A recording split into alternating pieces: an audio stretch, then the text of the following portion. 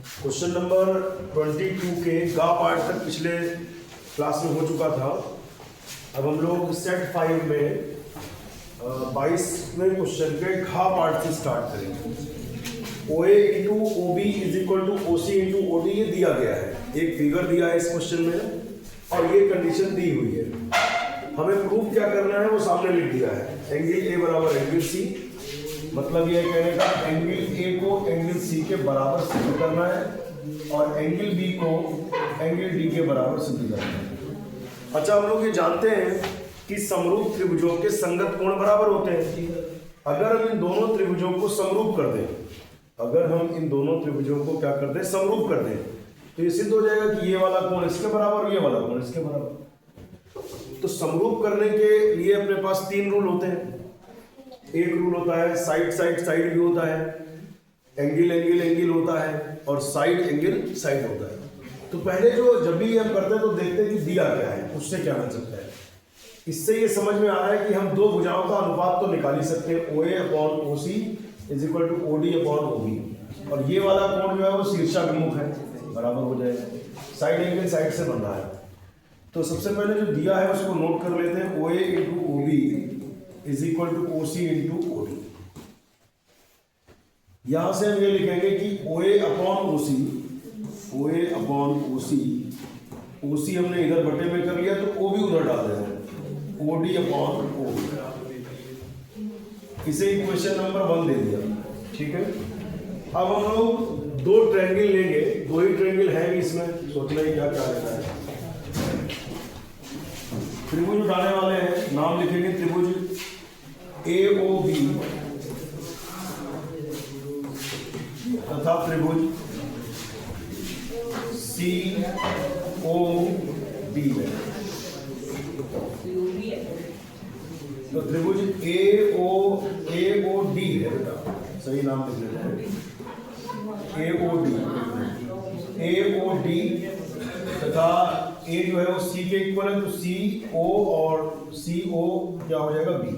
अब ठीक है, 2 ट्रायंगल ही है, सोचना क्या, AOD ले लेंगे और COD ले लेंगे। अब इसमें जो सबसे पहले लिखा है वही नोट कर देते हैं। क्या लिखा है कि OA upon OC, OA upon OC is equal to OD upon OB। अच्छा, ये संगत है या नहीं आप देख भी सकते हो। OA के संगत कौन है? OC, सही है। OD के संगत कौन है? OB। यहाँ देखो, अच्छा फिगर में फिगर समझिए, OA बटे OC है ना, OA इस भुजा और इस भुजा की वाले बराबर नहीं करें, रेशियो बराबर है। OA upon OC is equal to OD upon OB, यानी इन दोनों का रेशियो बराबर है, 2 साइड्स का रेशियो इक्वल हो गया है। तो साइड एंगल साइड में होता यही है कि 2 साइड्स का रेशियो और उनके बीच का एंगल। तो बीच का एंगल क्यों बराबर है, रीजन लिख देते हैं। यहाँ लिखेंगे angle AOD is equal to COP, इसको लिख देंगे शीर्षाभिमुख कोण।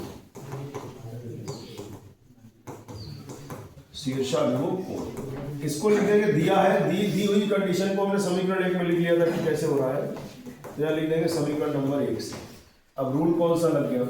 रूल लग गया साइड एंगल साइड, SAS समरूपता से, साइड एंगल साइड समरूपता नियम से हम ये कह सकते हैं कि ये त्रिभुज इस त्रिभुज के समरूप है। त्रिभुज AOD समरूप त्रिभुज COD। अगला जो पॉइंट आ रहा है वो हम ये भी जानते हैं कि समरूप त्रिभुजों के संगत कोण बराबर होते हैं। समरूप त्रिभुजों के संगत कोण, समरूप त्रिभुजों के संगत कोण बराबर होते हैं। इससे हम ये भी कह सकते हैं कि एंगल A एंगल C के बराबर होगा, जो रिक्वायर्ड है, जो हमें चाहिए है। एंगल A एंगल C के बराबर होगा, और फिर ये भी कह सकते हैं कि जो एंगल B है वो एंगल D होगा, एंगल B एंगल D होगा। B होगा या BD होगा, बात तो वही है। और यही हमको क्या करना था, प्रूव करना।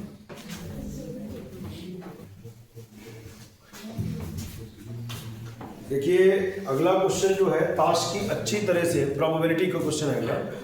ताश की अच्छे तरह से फेंटी गई 52 पत्तों की गड्डी से एक पत्ता निकाला जाता है। पत्ते कितने होते हैं? 52। अब 52 पत्तों से एक पत्ता कोई रैंडम सेलेक्ट किया गया अचानक, कह रहे पत्ता बादशाह होगा। आपको सोचना है बादशाह होते कितने हैं। बादशाह होते हैं 4, तो बादशाह होने की प्रायिकता हो गई 4 होने का होगा, ठीक है। बादशाह नहीं होगा तो 1 माइनस कर देंगे, लेकिन ये सीधा नहीं लिख देना है। 4 नंबर में क्वेश्चन है, थोड़ा बहुत आप लिखिए कैसे लैंग्वेज बनाएंगे। लिखेंगे ताश के 52 पत्तों में, ताश के 52 पत्तों में कुल 4 बादशाह होते हैं। कम से कम इतना तो लिखी थे शुरुआत में।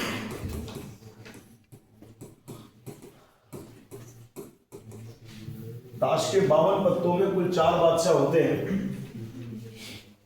अब यहां लिखेंगे निकाला गया पत्ता, निकाला गया पत्ता बादशाह होने की प्रायिकता।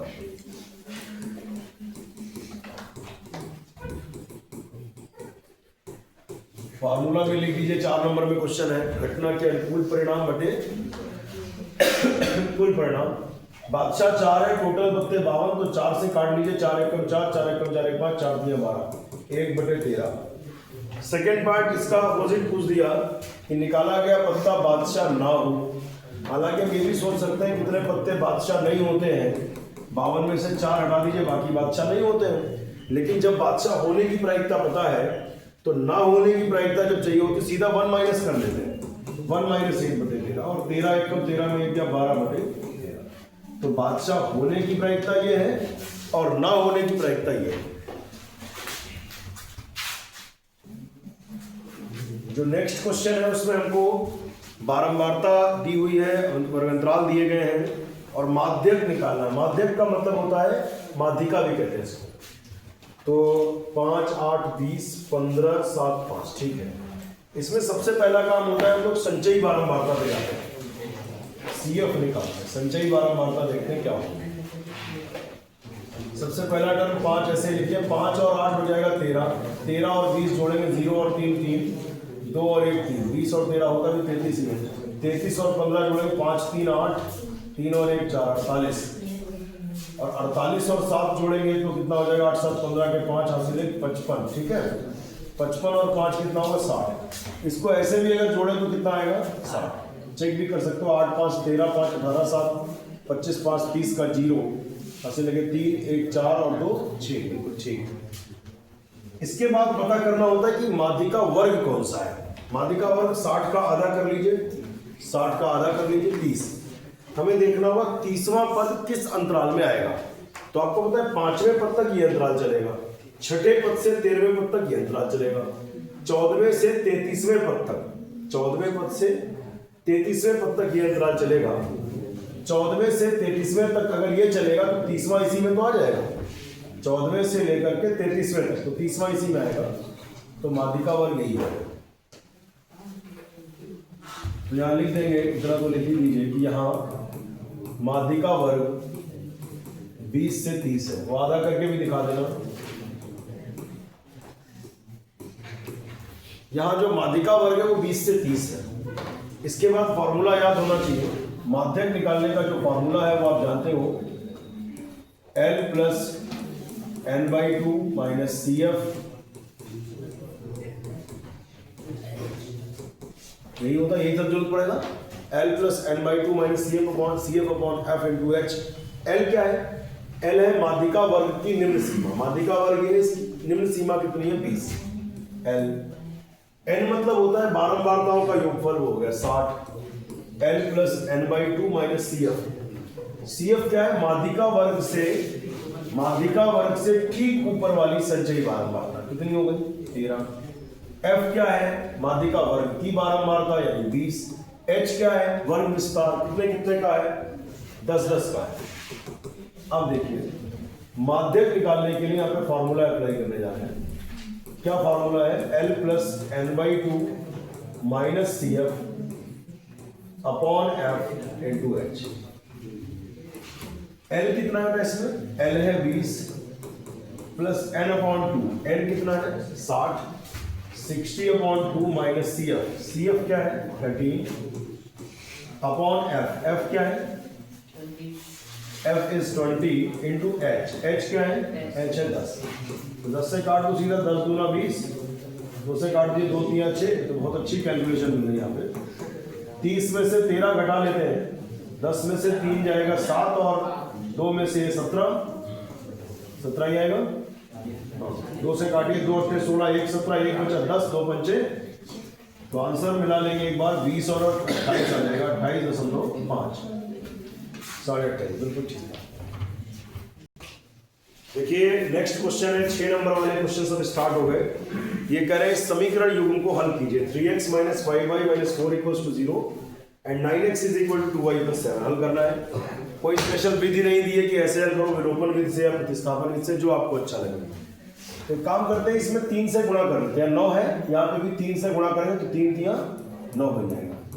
समीकरण नंबर 1 में 3 से गुणा कर लिया, करिए गुणा, तो 3 3 9x, 3 बचे 15y और 3 चक्कू 12 और -12 हम चाहे तो उधर कर लें तो क्या हो जाएगा? +12। इक्वेशन इसे 3 दे देंगे। आगे हम उसमें 3 3 9, 3 बचे 15, 3 चक्कू 12, -12 उधर जाएगा तो +12। ये इक्वेशन ऐसे ही नोट कर लो नीचे। 9x प्लस का 2y इधर आया तो -2y = 7। इसे आप क्या करें? घटा दीजिए। घटाने पर क्या होता है? चिन्ह बदल जाते हैं। +9x -9x कट गया, -15 में प्लस का 2 होगा तो माइनस के 13 बचेंगे और 12 में से 7 जाएगा तो 5। तो y बराबर हो जाएगा 5/13। वो भी कैसा? माइनस, क्योंकि -13 में जाएगा तो माइनस नीचे रखो या ऊपर, एक ही बात। y का मान आ गया -5/13। अब हम x की तरफ बढ़ते हैं। y का मान यहाँ रख दीजिए, x आ जाएगा। 9x = 2y + 7। y का मान -5/13 + 7। ऊपर लिख भी देना कि समीकरण नंबर 2 में या जिसमें रखना, y का मान रखने पर y की वैल्यू उठाई और यहाँ पर पुट कर दी। अब क्या होगा? 2 पंचे 10, -10 और 13 सते 91 बटे में 13 है। 91 में से 10 घटाएंगे तो कितना आ जाएगा? 81/13। इधर चल रहा है 9x, 9 से काटे 9 9 81, x बराबर 9/13। लास्ट में एग्जाम में आंसर एक साथ जरूर लिखें इस तरीके से कि x बराबर 9/13 और y बराबर x बराबर 9/13, y बराबर -5/13। एक बात और ध्यान रखें, 6 नंबर का क्वेश्चन है तो ऐसे ना छोड़ दें कि आप इतना सही है, हो सकता है कहीं कैलकुलेशन मिस हो गई। एक्स वाई के मान इसको भी सेटिस्फाई करेंगे और इसको चेक करके देख लो। एक्स की वैल्यू पुट करते हैं। चलिए सबसे पहली वाली क्वेश्चन में क्या है? 9/13 -5y, y की वैल्यू कितनी है? -5/13 और ये -4 को उधर कर दो तो क्या हो गया? +4। इसे सॉल्व करने में 4 आ जाएगा, बस बन जाएगी बात। 13 ऐसे रखिए, 9 3 27, माइनस प्लस 25 बराबर 4 चल रहा है। इधर भी 4 आना चाहिए। 7 5 12 के वहां से ले 2 2 4 1 5, 52/13 बराबर 4 बराबर 4। इसका मतलब आंसर बिल्कुल, ये करके नहीं दिखाना है, रफ पे करके चेक कर लीजिए कि अपना आंसर सही आया कि नहीं आया। अगला क्वेश्चन इसी का जो अथवा पार्ट है, 2 अंकों की एक संख्या एवं इसके अंकों को पलटने पर बनी संख्या का योगफल 66 है। संख्या के अंकों का अंतर 10 है। संख्या क्या है? बेटा 2 अंकों की संख्या बनाने के लिए 2 चीजों की जरूरत होती है। एक तो तुम्हें दहाई का अंक पता होना चाहिए और दूसरा तुमको इकाई का अंक पता होना चाहिए। तो दहाई का अंक जैसे x मान लिया और इकाई का अंक y मान लिया, तो सबसे पहले तो संख्या बता दें आपको कैसे बनती है। पिछले सेट्स में क्लियर कर चुके हैं बात। दहाई के अंक में हमेशा 10 से गुणा करते हैं, तो 10x और इकाई वाला ऐसे जोड़ देते हैं y। ठीक है, दहाई में किससे गुणा करेंगे? 10 से, तो 10x और इकाई वाला ऐसे जोड़ देंगे। अब इसकी पहली कंडीशन पढ़िए। 2 अंकों की एक संख्या है और इसके अंकों को पलटने पर बनी संख्या का योगफल। अब यहां पे लिख लेंगे अंकों को पलटने पर बनी संख्या। देखिए पलटने, अंकों को पलटने पर जो संख्या बनती है उसमें कुछ अंतर थोड़ी है। x की जगह y कर दो, y की जगह x कर दो। कहने का मतलब दहाई का अंक y हो जाएगा तो इसमें 10 से गुणा हो जाएगी 10y और इकाई x हो जाएगा, तो ये ऐसे ही जोड़ दो। सीधी बात है, x को y कर दो और y को x कर दो। तो संख्या के अंकों को पलटने पर बनी संख्या क्या होगी? 10y plus x। आगे बढ़ते हैं। आगे इन्होंने क्या कहा? दो अंकों की, फिर से सुनिए, दो अंकों की एक संख्या है ये, और इसके अंकों को पलटने से बड़ी संख्या ये है, इनका योगफल 66 है। ये लिख देना यहाँ पर पूरा 6 नंबर में ये लाइन लिखना। प्रश्नानुसार संख्या और अंकों को पलटने पर बनी संख्या का योगफल 66 है, इसलिए हम डायरेक्ट लिखेंगे 10x प्लस वाई, इस संख्या और इसको अंकों को पलटने पर बनी संख्या यानी 10y प्लस x, इसका योगफल कितना है? 66। ठीक, 10x और x जुड़ेगा तो क्या हो जाएगा? 11x हो जाएगा। 10y और y हो जाएगा तो कितना हो जाएगा? 11y। 10 और 11y बराबर 66। पूरी इक्वेशन में किससे डिवाइड करते हैं हम लोग? 11 से। 11 एकम 11, x फिर 11 एकम 11 और 11 से 66। इक्वेशन 1 बना ली। अभी एक शर्त और देंगे। अब यहां लिखना, प्रश्नानुसार संख्या के अंकों का अंतर 2 है। अंकों का अंतर कितना है? 2 है। तो x minus Y is equal to 2। Equation number इसे बना दो। अब ये x प्लस वाई पहले लिख रहे हैं, x plus Y is equal to 6। दोनों को ऐड कर दीजिए, plus Y minus Y cut गया, x और x 2x, 6 और 2 8, 2 चक्कू 8, x बराबर 4, x बराबर 4। x बराबर 4 है, x की वैल्यू 4 है, तो 4 plus Y is equal to 6। तो y बराबर 6 में से 4 जाएगा तो कितना होगा? 2। तो लिखेंगे अभीष्ट संख्या, अभीष्ट मतलब जो निकालनी थी आपने, क्या संख्या मानी थी? 10x plus Y.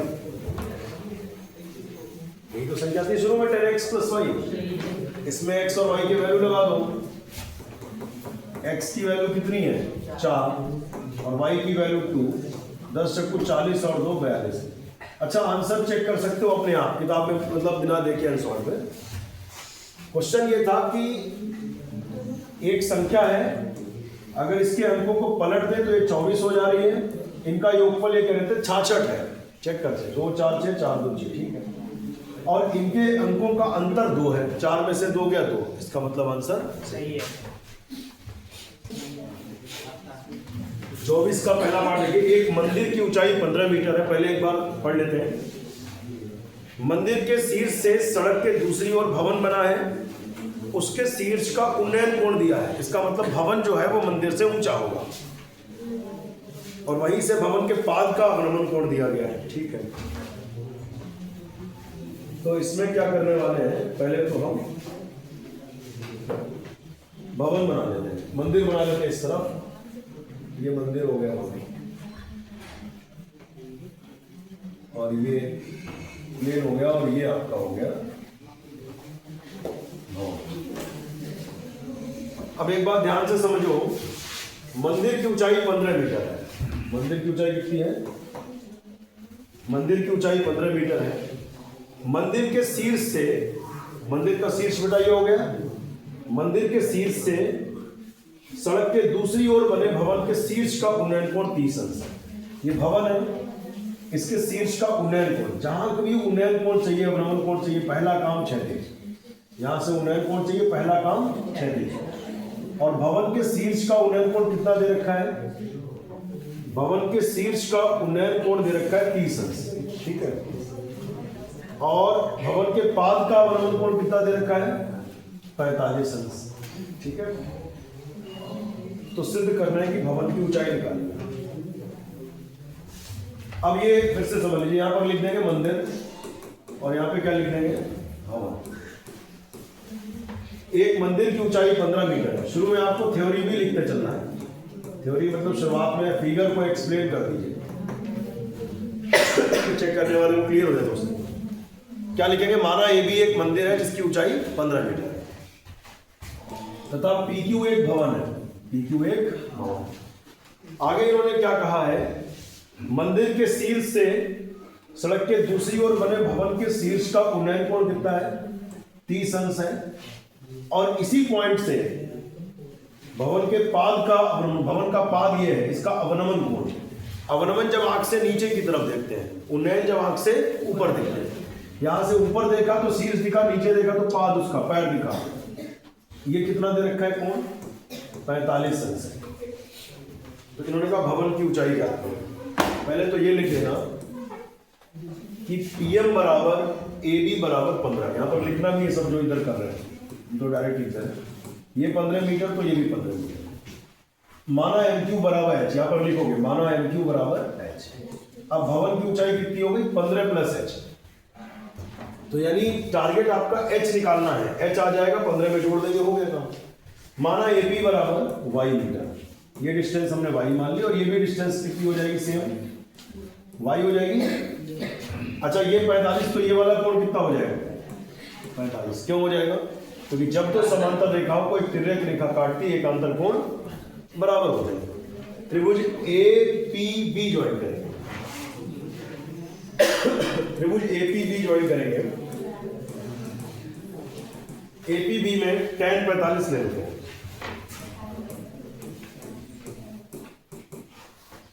tan का फॉर्मूला होता है लंब बटे आधार। पहले आप लिखना AB बटे AP, हम सीधा लिखेंगे 45 के सामने लंब हो गया 15 और आधार हो गया y। tan 45 का मान होता है 1 बराबर 15 बटे y इस तरफ आएगा, y इंटू 1 y बराबर 15। इक्वेशन 1 हो गई। अब त्रिभुज लेंगे BMQ। त्रिभुज ले लेंगे BMQ। इसमें tan 30 ले लेते हैं। tan 30 क्या होता है? लंब बटे आधार। 30 के सामने होता है लंब हो गया h, आधार हो गया y। tan 30 का मान होता है 1/√3। h हमें निकालना है, y कितना है? 15। तो यहां से अगर h निकालेंगे तो 15 × 15 बटे √3। इसे थोड़ा ठीक कर लेते हैं, √3 से गुणा, √3 से भाग। 15√3 और √3 की गुणा 3 बचे 15। h बराबर 5√3 और आगे यहां पर क्या लिख देंगे? मीटर। h बराबर 5√3 मीटर। ठीक है, लेकिन आंसर नहीं है। भवन की ऊंचाई चाहिए। भवन की ऊंचाई कितनी थी? जवाब दीजिए देख करके। 15 प्लस h, और h कितना है? h कितना है? 5√3। 5 कॉमन तो 5 3 15 और 5 कॉमन तो हो गया 3 प्लस √3। 5 ब्रैकेट में 3 प्लस √3 मीटर। यही हमें प्रूव भी करना है। बेटा प्लीज देखिए, एक भवन के शीर्ष से मीनार के शीर्ष का उन्नयन कोण 60 अंश है। जहां से उन्नयन कोण देखा जाता है, समझ जाते हैं कौन बड़ा है कौन छोटा है।